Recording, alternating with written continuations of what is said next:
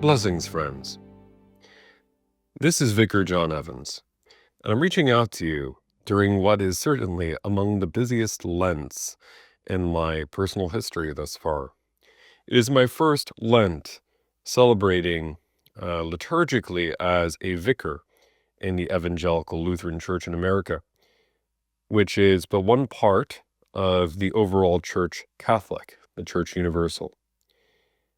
As a result, serving in this capacity, one can imagine, it has been a busy schedule, arranging meetings with colleagues, helping to worship on the altar, and, of course, attending to the needs of my beloved friends and congregants. This has left little time for podcasting. However, I'm eager to return to offer some reflections and some thoughts during this time. As March comes to a conclusion, and as we put behind us the beautiful feasts of St. Patrick, which was definitely a season of great feasting on my end, I freely admit it, of corned beef and cabbage, some Irish soda bread, and a moderate but true enjoyment of some Guinness. And as, of course, we put behind us the beautiful solemnity of the Annunciation, March the 25th, the celebration traditionally of the arrival of Gabriel to the Virgin Mary, the announcing that she would bear the Christ child, we recognize that this is a season of abstinence. It is a season in which we avoid the indulgences that distract from our attention to the things of God. Now, in the Roman Catholic tradition, this comes with formal exemplars of fasting. It comes with actual rules in place of avoiding meat on Fridays. I believe traditionally it also used to be Wednesdays. And in fact, I believe our Eastern Orthodox brothers and sisters even have a more rigorous fast, although their Lent does not line precisely with ours because of the date of Easter being contested. Now, why is this significant, right? Why would these traditions be so stringent about needing to actually bodily fast? Lutherans, of course, are not mandated to physically fast. It's optional for us, although it is strongly encouraged, and I would encourage it in a healthy way, of course. And of course, I emphasize in a healthy form. All good things can be done poorly or harmfully. Why fast? And what I would say is the example rests with Jesus. Why Jesus, the divine, perfect, unique Son of God, second person of the Trinity, why he fasts? And we see this time and time and time again in the pages of the New Testament, how Jesus of Nazareth takes time aside, away from the crowds, away from the good healing ministry that he is doing, away from the good forms of deliverance ministry that he is involved in, away from the clamor of preaching and teaching, which is all wonderful, to commune one-on-one with his Abba, with his Father in heaven. And in those times, we see, of course, in the example of the 40 days, Jesus wrestled with the Hasatan, the devil, contained in Matthew, Mark, and Luke in the Synoptics. We see how not only does Jesus have one-on-one communion with God, we also see him confronting the powers of malevolence, the powers of darkness, the powers of diabolos, which could be translated quite simply as the powers of division. Now, as someone who believes in the reality of spiritual warfare as ontologically real angels and real demons, and someone who also believes equally in the reality of concerns of mental health, which is plaguing the Western world particularly, I can easily point out that our nation, our Western society, is profoundly diabolosed, profoundly divided between conservative and liberal, between those who hold to one philosophy of the world or another.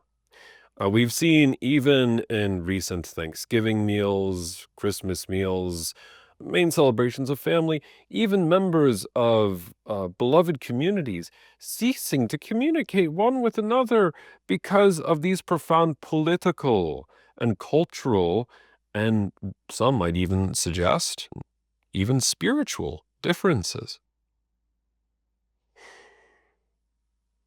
And the reality is, when we see the God of the Bible, the God of Abraham, the God of Isaac, the God of Jacob, we see time and time our God being reflected through bringing the family back together again. We see koinonia, communion, in the breaking of the bread. We see a desire for restoration. We see a desire of the father in the narrative of the prodigal son, last week's reading in the narrative lectionary, reaching out with arms wide open to invite the lost ones in. And yet we cannot have restoration with others unless we first look at the woundedness of our own hearts, unless we first look at the woundedness that we see in our excessive attachment to whatever there is, whether it's food, whether it's whatever deflects our focus from the one true God. And in this way of refocusing, physical fasting can help. Fasting from social media certainly can help.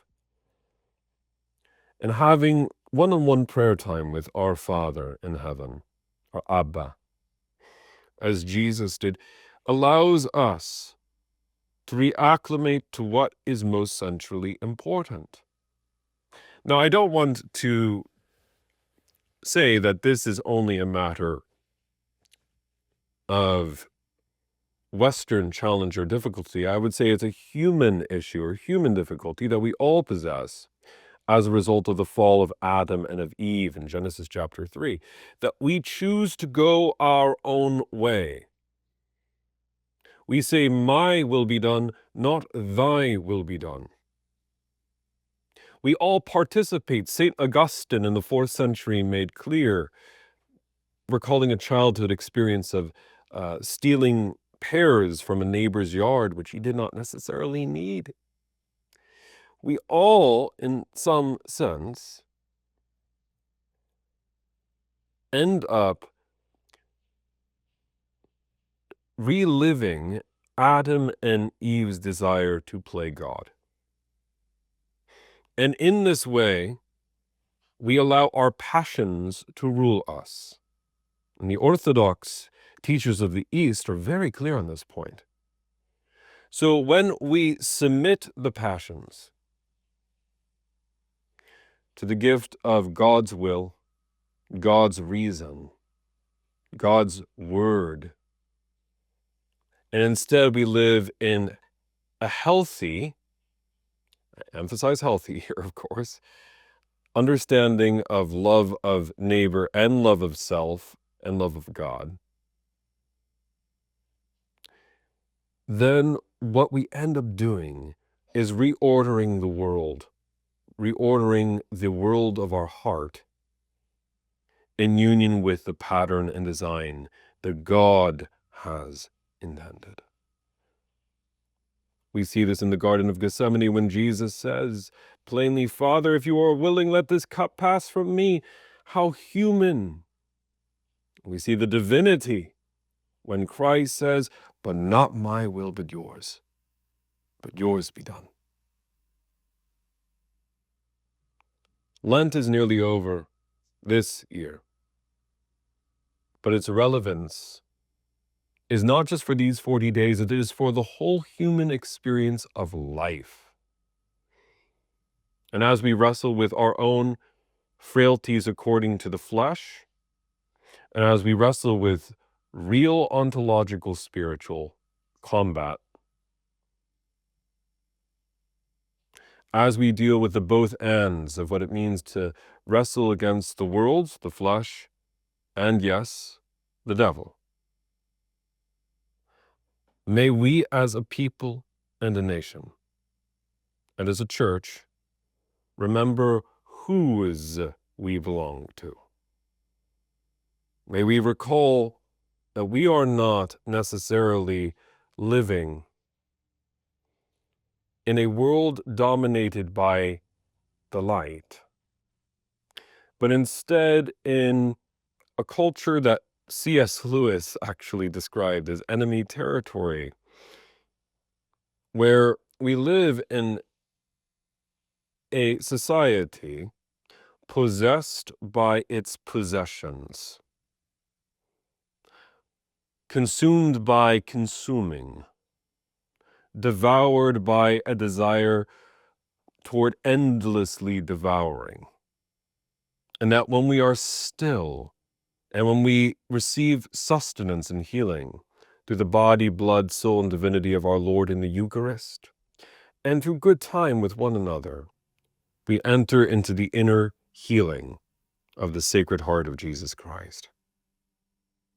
I pray that this reflection has been healing and helpful for you.